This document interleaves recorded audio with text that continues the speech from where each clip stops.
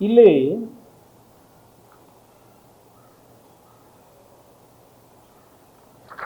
ಸದರಿ ಶಿಫಾರಸನ್ನು ಗ್ರೇಟರ್ ಬೆಂಗಳೂರು ಅಭಿವೃದ್ಧಿ ಪ್ರಾಧಿಕಾರದ 8ನೇ ಸಾಮಾನ್ಯ ಸಭೆಯಲ್ಲಿ ಮಂಡಿಸಿ ಅನುಮೋದನೆ ಪಡೆಯಲಾಗಿದ್ದು, ಕರ್ನಾಟಕ ನಗರಾಭಿವೃದ್ಧಿ ಪ್ರಾಧಿಕಾರಗಳ ನಿಯಮ ಇದೆಲ್ಲ ಹೇಳ್ಕೊಂಡು ಹೋಗೋರೆ. ಅಭಿವೃದ್ಧಿ ಹೊಂದಿ ಮಾರಾಟ ಮಾಡಬಹುದಾದ ವಿಸ್ತೀರ್ಣವು ಲಭ್ಯವಾಗಿ ನಿರೀಕ್ಷಿಸಿದ 44.5% ಅಂತ ಹೇಳ್ತಾರೆ. ಭೂ ಮಾಲೀಕರಿಗೆ 9,693 ಚದರ ಅಡಿಗಳ ವಸತಿ ನಿವೇಶನಗಳನ್ನು ಅಥವಾ 8,723 ಚದರ ಅಡಿಗಳ ವಾಣಿಜ್ಯ ನಿವೇಶನಗಳನ್ನು ಪರಿಹಾರ ರೂಪದಲ್ಲಿ ಕೊಡ್ತೀವಿ ಅಂತ.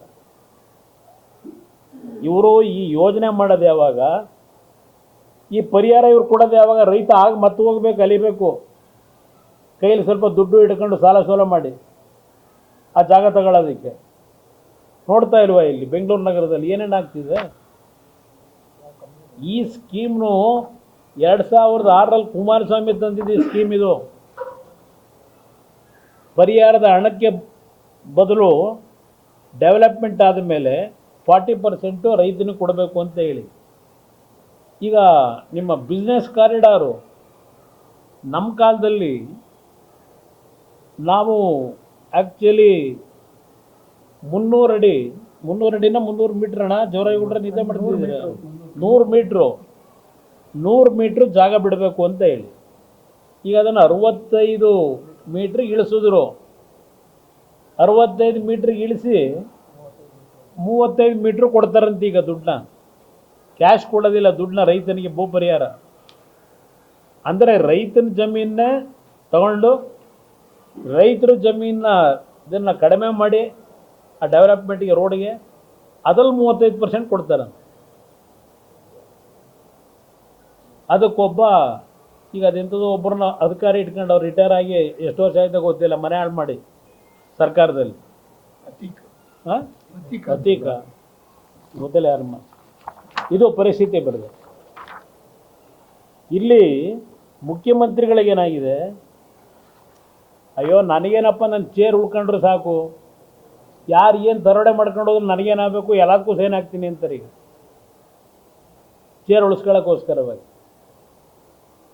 ಇದು ನಡೀತಾ ಇರ್ತಕ್ಕಂಥದ್ದು. ಇಲ್ಲಿ ಏನು ಹೇಳ್ತಾರೆ,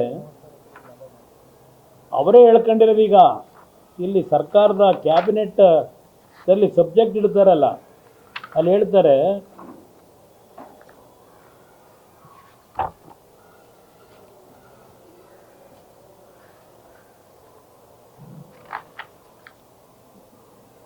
ಇಲ್ಲೇ ಕೊಡ್ತೀವಿ 33,000 ಕೋಟಿ ಪ್ರಾಫಿಟ್ ಬರುತ್ತೆ ಅಂತ ಹೇಳ್ತಾರೆ. ಈಗ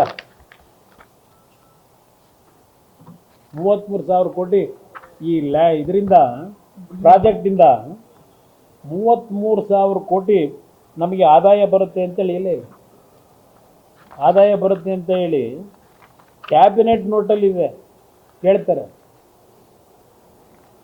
ಇದು ರಿಯಲ್ ಎಸ್ಟೇಟ್ ಅಂತ ಕರಿತೀರೋ ಇಲ್ಲ ಇವ್ರು ನಿಜಕ್ಕೂ ಬೆಂಗಳೂರು ನಗರ ಉದ್ಧಾರ ಮಾಡೋದಕ್ಕೆ, ಅಲ್ಲಿ ಬಿಡದಿ ಜನಗಳು ಉದ್ಧಾರ ಮಾಡೋಕ್ಕೆ ಮಾಡ್ತಿರೋ ಪ್ರಾಜೆಕ್ಟ್ ಇದು. ರೈತರನ್ನ ಉಳಿಸೋದಕ್ಕೆ, ರೈತನ ಭೂಮಿ ತಗೊಂಡು 33,000 ಕೋಟಿ ಪ್ರಾಫಿಟ್ಟು ಇವರು ಅಥಾರಿಟಿಲಿ ಮಾಡ್ತಾರಂತೆ. 12,000 ಕೋಟಿ ಈಗ ನಮ್ಮ ಹುಡ್ಕೋದಿಂದ ಸಾಲ ತಗೋತಾವ್ರೆ. ಇದೆಲ್ಲ ಮುಂದಕ್ಕೆ ಅದು ಕೆಲಸ ಎಷ್ಟರ ಮಟ್ಟಿಗೆ ಇದು ನಡೀತದೆ ಗೊತ್ತಿಲ್ಲ. ಈಗ ಇನ್ನೂ ಎಷ್ಟು ವರ್ಷ ಬೇಕು? ರೈತರನ್ನ ಇನ್ನೂ ಎಷ್ಟು ದಿವಸ ಇದು ಒಕ್ಕಲಿಸ್ಬೇಕು, ಅವ್ರನ್ನ ಕೆಲಸ ಮಾಡ್ದಂಗೆ ಮಾಡ್ತೀರಿ. ಇವತ್ತು ಅದೇನೋ ಒಂದು ತಮ್ಮನೆ ಬೆಂಗಳೂರು ಎಲ್ಲ ಇದೆಲ್ಲ ನೋಡಿದೆ, ಒಳ್ಳೆ ಕಲರ್ಫುಲ್ ಲೈಟ್ಗಳ ಹುಟ್ಟದಬ್ಬ ಆಚರಣೆ ಮಾಡೋದಕ್ಕೆ ಮಾಡ್ಕೊಂಡವ್ರೆ. ಅವರ ತಮ್ಮನೆ ಈಗ ಬೆಂಗಳೂರು ಡೈರಿ ಅಧ್ಯಕ್ಷ ಅಲ್ವಾ. ಈ 8 ಹಳ್ಳಿನಲ್ಲಿ ಅಲ್ಲಿಯ ಹೆಣ್ಣು ಮಕ್ಕಳು ಎಷ್ಟು ಲೀಟರ್ ಹಾಲನ್ನು ಉತ್ಪಾದನೆ ಮಾಡ್ತಾ ಇದ್ದಾರೆ ಹೈನುಗಾರಿಕೆ ಮುಖಾಂತರ. ತರಿಸ್ಕೊಳ್ರಿ ಮಾಹಿತಿನ. ಅಲ್ಲಿ ಯಾರು ರೈತರ ಇಲ್ಲ ಅಂತ ಹೇಳಿ ಹೇಳ್ತಾ ಇದ್ದೀರಲ್ಲ, ತರಿಸ್ಕೊಳ್ಳಿ ಮಾಹಿತಿ.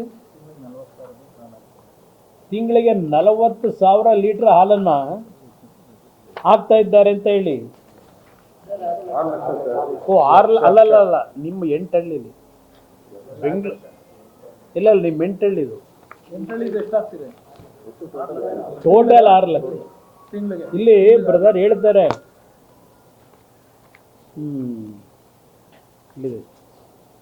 It is expected that the authority will generate revenue of rupees 22,654 crore from the sale of sites land after implementation of the project. Thus, a net income of rupees 653 crore is anticipated, and additionally, revenue from other sources such as property tax, premium, FAR over a period of 15 years is estimated at total revenue of 33,562 crore.